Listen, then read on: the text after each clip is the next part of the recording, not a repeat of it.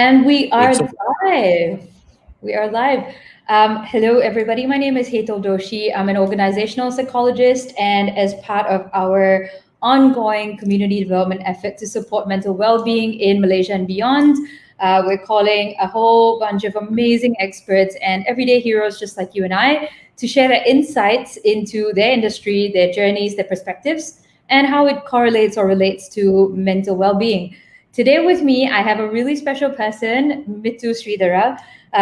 You may not be aware of who he is, but you definitely would be aware of the companies that he has supported in the past. For example, he is currently the CTO, the Chief Technology Officer for Careem, which in Malaysia would be like a Grab version or an Uber version of Careem. And he is now, so Mittu is currently now supporting the transition of sale of Careem to Uber for about $3.1 billion. Mittu was promoted to board level at a very early stage in his career, which I think a lot of us may have aspirations towards as well, because that comes into an advisory part of our business. That means we have gained knowledge, we have gained skill, but now we're actually able to provide advisory support to larger companies. And maybe on top of everything that I understand about what Mittu does, the one thing that struck me the most in the time that I met Mittu was that I was caught really off guard. I was looking to speak to someone who was a tech genius, and we were in a gathering, and there were many people there. And one of the guys, he told me, well, if you want to talk to someone in tech, then Mittu is the perfect person, but you better make sure that you understand what you're talking about before you go and meet him. And I went and sat down next to Mittu, and I asked Mittu, can I heard that you're obviously a tech genius. I just wanted to have a conversation with you. And Mittu was like, sure, first tell me who you are. And I started telling him about my company. I started telling him about what I wanted to do. And he said, Hetal, I asked you, who are you? And I was like really blown away. He was just, that conversation was not meant to be about business. That conversation was meant to be about who am I really as a human being, where I come from, and why what matters to me matters. So I'll never forget that and put in my place straight away. The second thing that I remember you for me to was when we had a conversation about what matters the most if I wanted to create a tech platform. You said the number one most important thing was that it has to be a seamless experience. You couldn't have said that more brilliantly. Like, you made tech sound so simple, and so easy to understand, but obviously it isn't. So Mittu, thank you so much for being here. I know you've been really busy, you've been traveling a bit. Now you're having to comply and stay in one place. Could you tell us a little bit about who you are? Sure, I will. But before that, a couple of corrections. One, I'm not a tech genius. I'm just another human being that works in tech enablement and in society as a whole.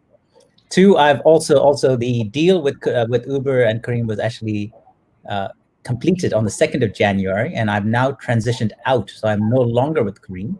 So any views I represent are mine and not that of Careem or Uber on this interview. But I will talk about all my experiences across multiple companies. Fantastic. So who are you, Mittu? Now I'm right back at you now. Who am I?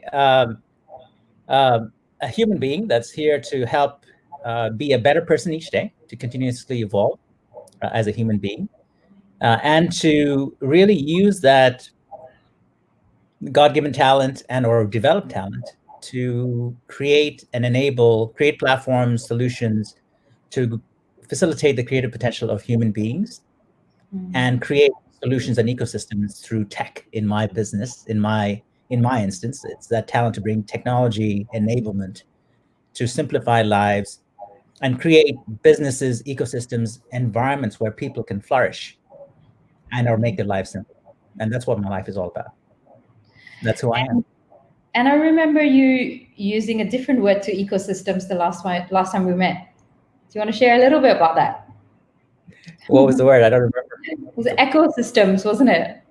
Ecosystems, ecosystems. Didn't you spell it as ECHO? Wasn't that intentional? I did. Yeah, do you want to tell us a little bit about? I want for these to, again, these are enablement thing. platforms and or solutions that enable, and if they can then create platforms to echo for others in the greater good of connections, of values, of ways of living, create greater enablement in the big scheme. That's what my life is all about. Yeah. Well, why or how does one become a CTO? Why? I think it's actually almost a question as to why somebody wants to be a leader, a business leader. And I think any leadership position, the desire, obviously a lot of people have different desires, but the desire is to, I think, have a bigger impact, to do greater good, and to also enable and move the organization itself quicker, faster towards those results in the enablement of lives and simplifying people. So it's really about impact. So if I were, a 19-year-old and I've just graduated, and I have an ambition of becoming a CTO someday, how does one become a CTO? I think it's like many other leadership positions. Again, it's about being really, really good at what you do, in that, in your area of specialization within your industry. It's about being the best you can be and being amongst the best in the industry at what you do. But more importantly, it's about making the larger team, the organization, really come together for those desired outcomes, to be the facilitator of the creative potential of all of the human beings, collective human beings, colleagues around you towards the desired outcomes. And I think ultimately it's about a real belief in your vision, your what you're trying to enable, and helping lead others in the same direction, living your purpose. And what is the difference between how a CTO thinks and everybody else? I think CTO is another leader at the board table, but the difference in what I believe a CTO, CIO, there's lots of acronyms, a Chief Information Officer, Chief Technology Officer, Chief Digital Officer, Chief Product Officer with tech in it, is really, that laser focus on the desired outcomes, the customer experience, as you began this interview, about making lives simpler, with ease and convenience, in what is being delivered at the end as the end result. But to do that, really having a very broad lens on how to simplify processes within the organization or across the industry as a whole, and then enable that through tech, and tech in this instance being software, being the application of data or AI, to simplify how work is done, and then enable humans and colleagues to focus on what is actually going to make that real difference to the end. Why is it so difficult for people to be simple? We're talking about life, or? I guess in organizations, right? We did a study where we were assessing the top causes of stress in organizations. And the top two causes of stress in organization was ad hoc tasks and high workload. And that just got me thinking. Of course, I cannot immediately say that this is because of lack of strategic thinking of leaders. I think if you're constantly working on ad hoc and there's just so much of work to do all the time, obviously you're not good at making things simple. And this is something that we see across the board. It's very hard for people to be simple. So why is it so hard to be simple? And how would you say, what's the easiest way of making things simple? Like I said, we're talking about life. Why is it so hard to be present in the now, here and now, and nowhere else? And I think it's about the ability to constantly refine ourselves as our creative potential in being present. And in being present, I think the more present we are, the simpler our lives actually become, because we're not distracted by what was or what could be. We're in the now. And prioritization is one of the hardest things to do for a human being because of our complex, our ability to remember, our ability to have ambition. Mm. And even some of the best some of the best CEOs I've worked with have also struggled with, how do we say, what are, even in your day, what are the 3 things that you're going to do today? Not 5, not 10.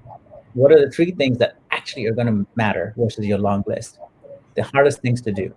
And I think that comes from self-discipline, from this ability to manage your state of being and your focus in the present moment.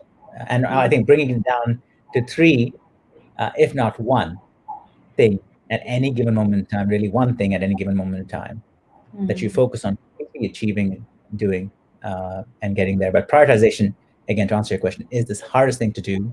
And as a leader, it's your responsibility to paint that vision that's further out there, but equally, just as importantly, prioritize what is important to the team as a whole, the collective organization, and be super clear about what are the 3 things that actually matter in this quarter.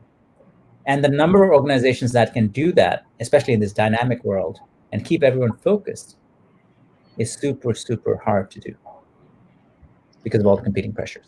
Yeah, in a world where we're constantly distracted, constantly having things, attention taken away from us, or directly or indirectly. I'm curious to know, is there any formal training that leaders like yourself go through to become simple and clear? Because this is probably the hardest thing. We do have 90,000 thoughts in our head at any given point in time. We constantly think about the past, try to project and predict the future. We have a million people around us all the time. We have pressure from the top, from the side, from the bottom. We also have things that we need to make sure that we are doing really well at home. And this skill that you're talking about, simplicity and clarity, are leaders often formally educated and upskilled or trained on these kind of concepts? I think spiritual leaders are. I think we lack it in the business leadership curriculum. So if you were to become a Buddhist monk and be initiated into the ways of being I suspect, being a monk at the age of 14, one of the first things I think they help you do is still yourself and focus on what really, really matters. And in that process of stilling yourself, it also brings about clarity. And when you bring that back into business life, some of the best leaders I've met are those leaders who are able to be present. And because they're present and connected in that presence, not distracted in that presence, but connected in that presence, they're able to make decisions and prioritize things that matter. But no, I think the training itself is lacking. Yeah, absolutely. And I like how you say spiritual leaders are, because a lot of airline companies, for example, have gone through bad times in the recent past and are still going through bad times right now. And Japan Airlines, which is a national airline company, was going through years and years of difficulty financially. And they needed someone to turn around the whole company. And who they turned to in their selection process, out of everybody that they could think of, they actually found a Buddhist monk who had past commercial experience, but he chose to go into monkhood and just really stabilize himself, increase his clarity, so on and so forth. So I think his name was Inamori Kazuo or something like that. So he came on board Japan Airlines. And within the first year, he was able to commercialize the business again, where in the past 6, 7, 8 years, maybe, it just wasn't able to even, so it's just constantly at a state of loss. And what he made every single individual do was just to really focus on the service and the value that they would add. And that was the only thing he did. So you as a human being, what kind of service or value that you want to add. So I really like what you said. And I think it's, I don't think it's a rare thing. I think it's just not really there at all in leadership training. It's just not there at all. So there's a huge opportunity for you, Mittu, right there. Yeah, you too. For all of us to bring that into the business community as a whole. But you look at Mandela, I mean, it's like you said, it's that ability to want to serve for the greater good but it comes from that place of stillness. And I guess it was brought upon Mandela through his being in jail. Yeah. So it's not just a Buddhist monk or Pope John Paul. It's I think it is that stillness, that if you take time to be still, it enables a clarity within that you can then help to use to serve others. Yeah. In a world where I'm often asked, especially now in media interviews, they're like, how do you ensure productivity? How do you ensure productivity? That's like the number one question everyone's asking. It'll be quite interesting to say that 60% of your time would have to be not doing any work, actually, and just going into deep thinking and being still and just being clear, rather than having a whole calendar full of do, potentially. Not 100% sure. So, what are CTOs like yourself most driven by? And have you seen your values change over time? Because I'm sure at some point you had certain values. Those values may have changed. The priorities of those values may have changed. What are your Yeah, values? possibly. I think my purpose, interestingly enough, I wrote my purpose down pretty early in my life, and it hasn't changed all that much.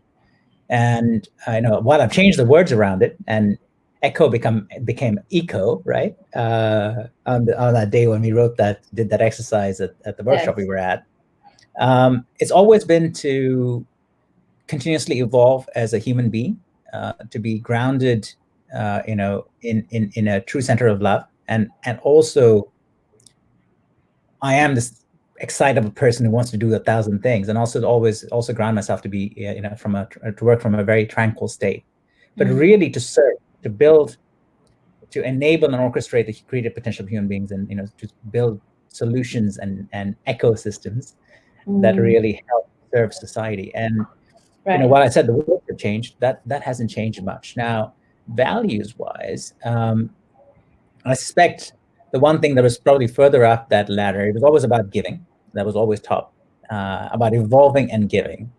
But probably somewhere in the range of 5 was also about, I want to be successful financially, or have this impact, and be again. But again, it was for a reason to be able to be in a place of being able to give from that place.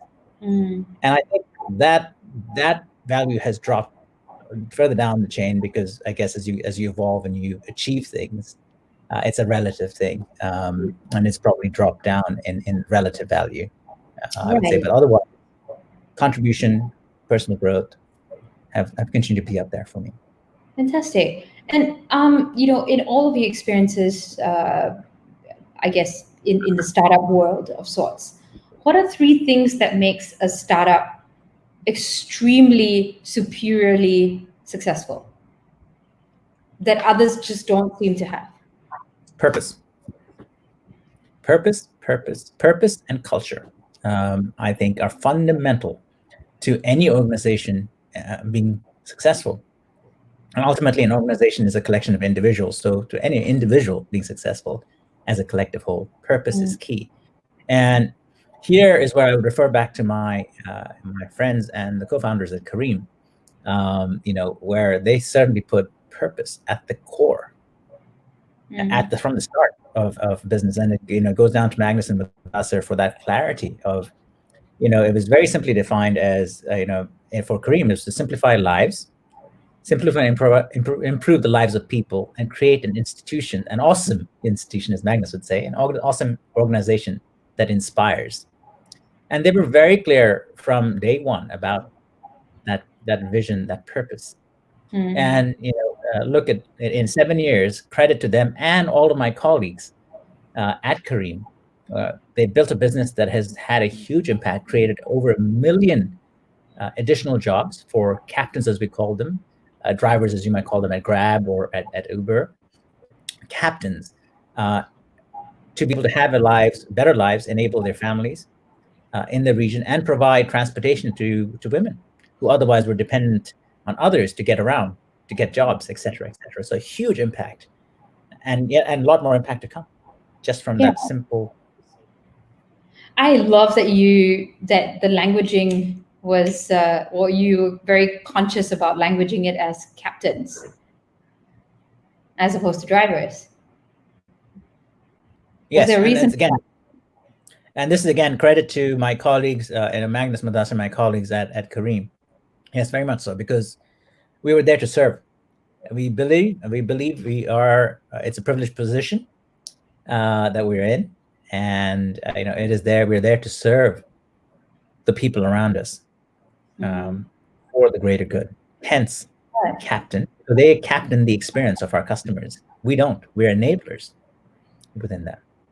Right, that's fantastic. And you mentioned the word purpose. If we could just take a couple of minutes on that one. There are many companies with a purpose. Most companies would have a purpose or a statement of purpose or of sorts. What is the difference between a company that has a statement of purpose, versus a company that actually exercises it completely and lives by it? True belief. Does it come from the heart, or is it some corporate slogan that sits on every wall? And do all the colleagues, all the human beings within their organization truly believe in that purpose, buy into it? And is it part of who they are? I think ultimately, because otherwise your purpose and your behaviors may not be congruent. Is it part of who you are, that you've subscribed not just to the business and the fact that you can take a paycheck, but you're subscribing to the purpose, and you'd be doing it regardless of whether you're paid or not, because you believe in that purpose that the organization stands for. Yeah. And I think that's the difference: belief and personal congruence in values with that purpose. I absolutely love what you said about, like, the first part, which is really good, is do you believe in it? And I think a lot of companies have that. Do you believe in it? Do you believe in it? Yes, yes, yes, we believe in it. And then the second question is this part of who you are? And I think that's where I think a lot of leaders could get caught. And there would be some. A lot of us as human beings, right? Not just leaders. All of us in the organization. And by the way, none of us, it's also accepting that we're all fallible and none of us are perfect, and we can stray off that value in a while because we are creations of God, but we aren't God yet. And that we could come off that way, and we need to get back on as quickly as possible if we make a mistake. And it's also that is very, very important, is to say it doesn't mean that the person or that colleague did not live the value. They made a mistake. It was a behavior. It wasn't a failure in a value. And as long as we're able to catch it and correct it of ourselves or of our colleagues, staying true to the values is super important. That's fantastic. What are the top 3 challenges that you have? You're obviously very spiritual. You have so much of calm. You're extremely empathetic. Yet I'm sure you face challenges that are really, really painful or frustrate you sometimes. What are these top 3? Outside of myself, in terms of business? Well, no, I guess in business, in the sense of business, what frustrates you the most? So I think it doesn't frustrate me. The things that are the biggest challenges that you as an organizational leader have to overcome and enable is that humans are scared of change. And a lot of the positions that I hold and or have to help enable businesses and or build them is about helping my fellow human beings, fellow colleagues, overcome fear of change, fear of the unknown. And while you can paint a vision of what one is painting a clear vision of what it could be. And when you get to a point in the journey, there's no such thing as an end to a staging point in that journey. What could it look like? What might it mean? What are the steps to get there as an organization in the different parts, especially if you're a large organization? And what is the individual role in enabling that? But most importantly, why is it good for that human being to go on this journey in their own ability to be secure, safe, yet be open, vulnerable to that journey. To know that they're in an environment that is psychologically safe. I'm going straight into your territory. Yes. Psychologically safe to actually flourish, to be creative. And that is the single biggest thing I think as a leader. It is a challenge to continue to be focused on enabling that journey? Yeah. So this is precisely where this is precisely the spot that we work with organizations, because I mean, I'm really surprised that you said that, because a lot of times we have to explain to organizations that that is the underlying reason for not adopting technology as quickly as possible, or for not going into your digital transformation goals as quickly as possible. And we just did a bit of a poll on Saturday, and we checked in with a group of 40 people. And this is representative of many previous studies that we've done. And we asked them, what is your biggest fear in this pandemic? And they said, we have a fear of the future. We have fear of unknown and uncertainty. And the second, so that's number one, a fear of unknown, which is associated with the future. And the second thing that always comes up beyond this particular poll, we've done many others as well, the second thing is the fear of failure. So they've already begun to understand that this is doomsday, where, that famous quote of opportunity is the mother of all crisis, but in my head, I've already failed. And the third thing is that fear of not being good enough. And so they've already begun to have visualizations, consciously or unconsciously, that the future ahead of them is something that they're going to fail in, and that they're not going to be good enough to be able to conquer. So that's already something that's set in their minds the moment organizations begin to talk about change. And I love that you talk about this is a psychological thing.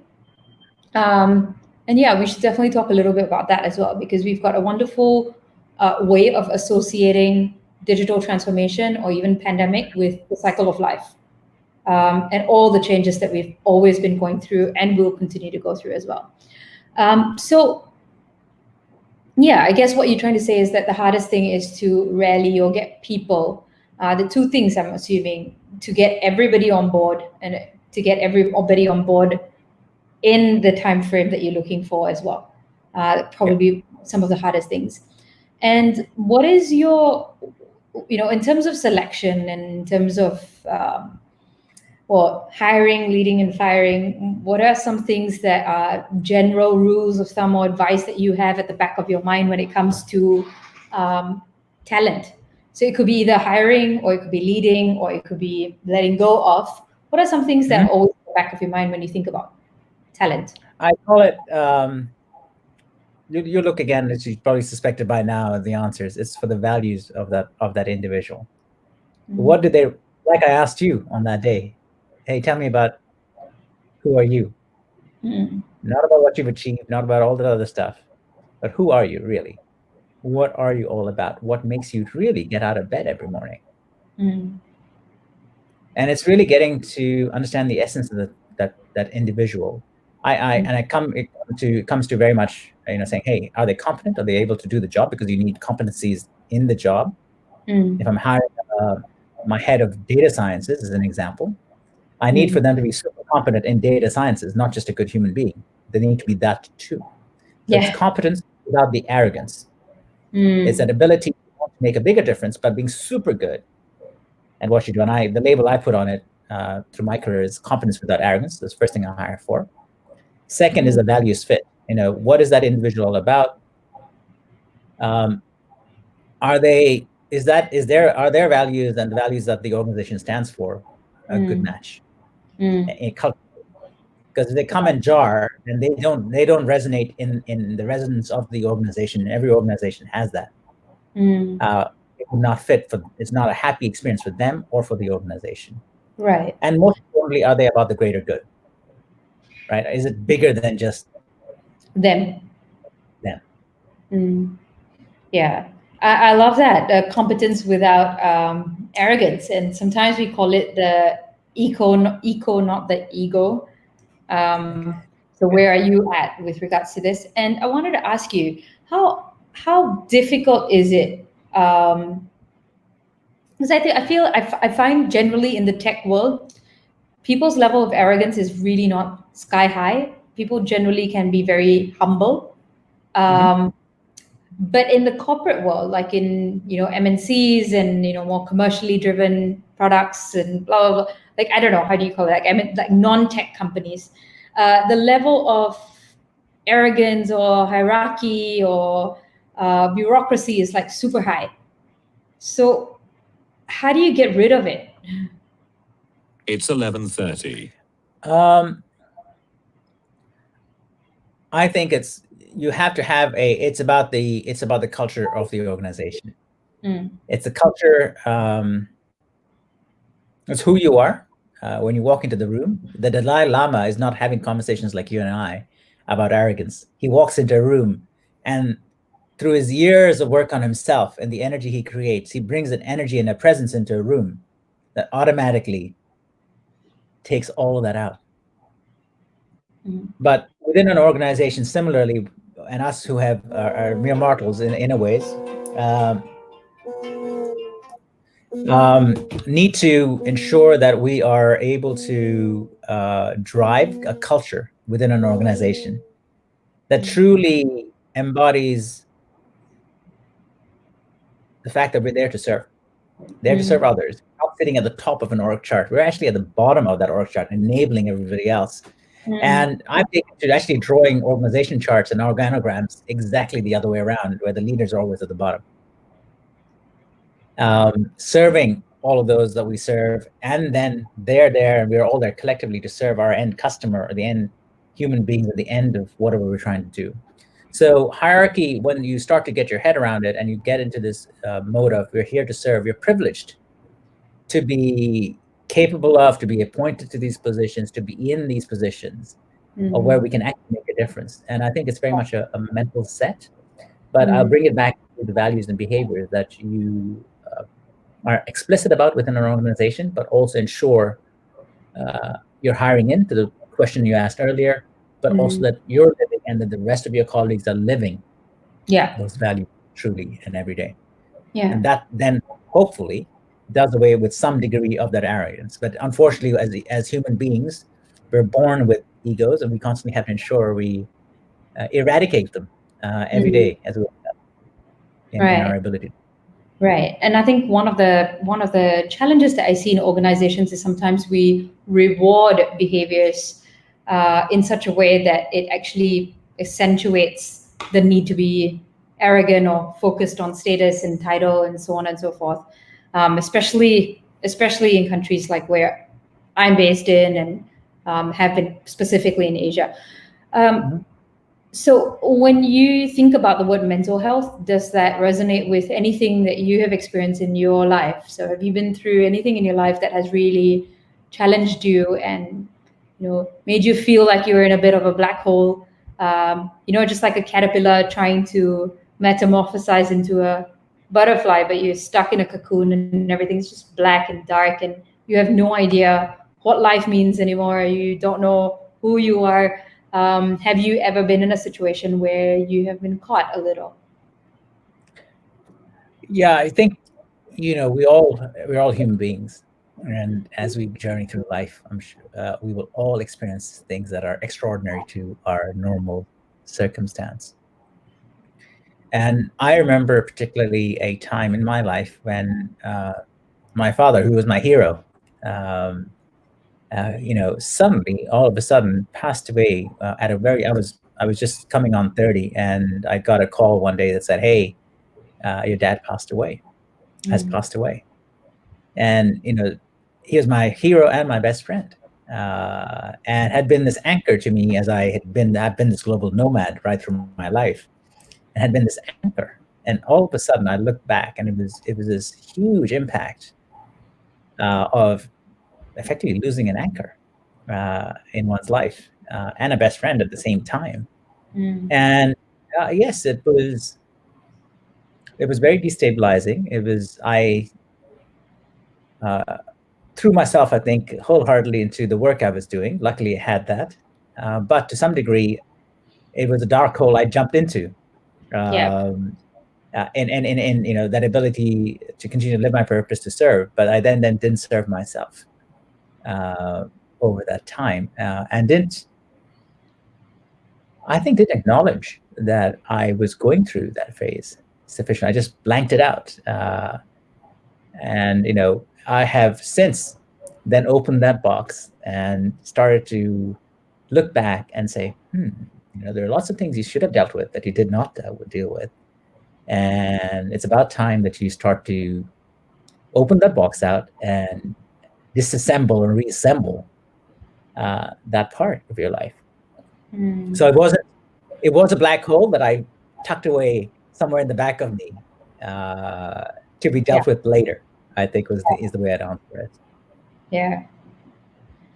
And, we ran a poll. So we've been running polls on this Facebook group, and each poll has a lot of diverse points of view. So whenever we ask a question, there's always diverse points of view. But when we asked this one question, everybody had the same point of view. The question was, have you ever felt like you were drowning ever in your life? And everybody said yes. So this is one common human experience, and is non-discriminatory. Everybody goes through it. Do you think we're doing enough with regards to mental health, and specifically with the rise of digital technologies? Do you feel that it's more needed now?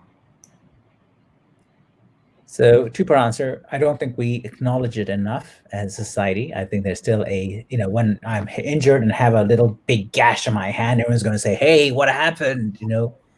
Something's wrong. And can we bring you food because your hand's not working?" Right? But when someone has suffered a emotional or mental trauma of some sort, it's hard for us to see. Yeah. So do we recognize it enough? The answer simply is no, because there isn't enough out there to allow for us to recognize it sufficiently, and acknowledge it, more importantly. And I think there's still a stigma. Oh, he had a breakdown. Look at the word. Yeah. Right? Or she had a breakdown. Why do we use breakdown?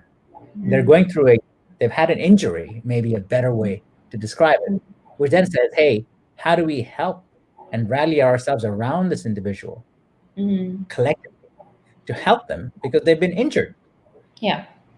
As opposed, and how do we, so I think there's also a stigma that we really need to do away with, especially now where we live in a very fast-paced, distributed world where you're no longer, the community is increasingly become, and especially with COVID, digitally engaged as opposed to physically engaged, or in the same proximity. So our ability to recognize when someone might be injured or going through a bit of a challenge, and more importantly, the tooling and the words and the empathy words you've used as part of this conversation to help this individual get through whatever injury they've had is super, super important. And I don't think any of that is sufficiently either articulated or developed in business terms or in society as a whole. We see it as something that you tuck away on the side and you don't talk about.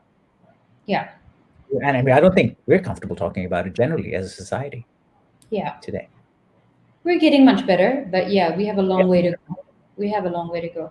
So, with that, I guess maybe just some parting advice for anyone who is struggling now, or anybody who needs some inspiration. If you could just share a couple of, maybe just an advice that helps you. Happy birthday, first of all, Heath. I would say it's a new day every day. Mm-hmm. Every morning you wake up is the first day of the rest of your life. Mm-hmm. And why can't you make it the best day of the rest of your life, and the very first day of the rest of your life being the best it can be? Mm-hmm. Yeah, I like that. Yeah, someone recently told me once, if it didn't work out tomorrow, try again tomorrow. It doesn't work out today, try again tomorrow. You still have tomorrow. Yeah. Just try again tomorrow. And I just love that idea of a second chance and a third chance and a million chances. And I think we're all blessed with that. But yeah, sometimes it's just really hard when I guess some of us are just going through a bit more than others potentially.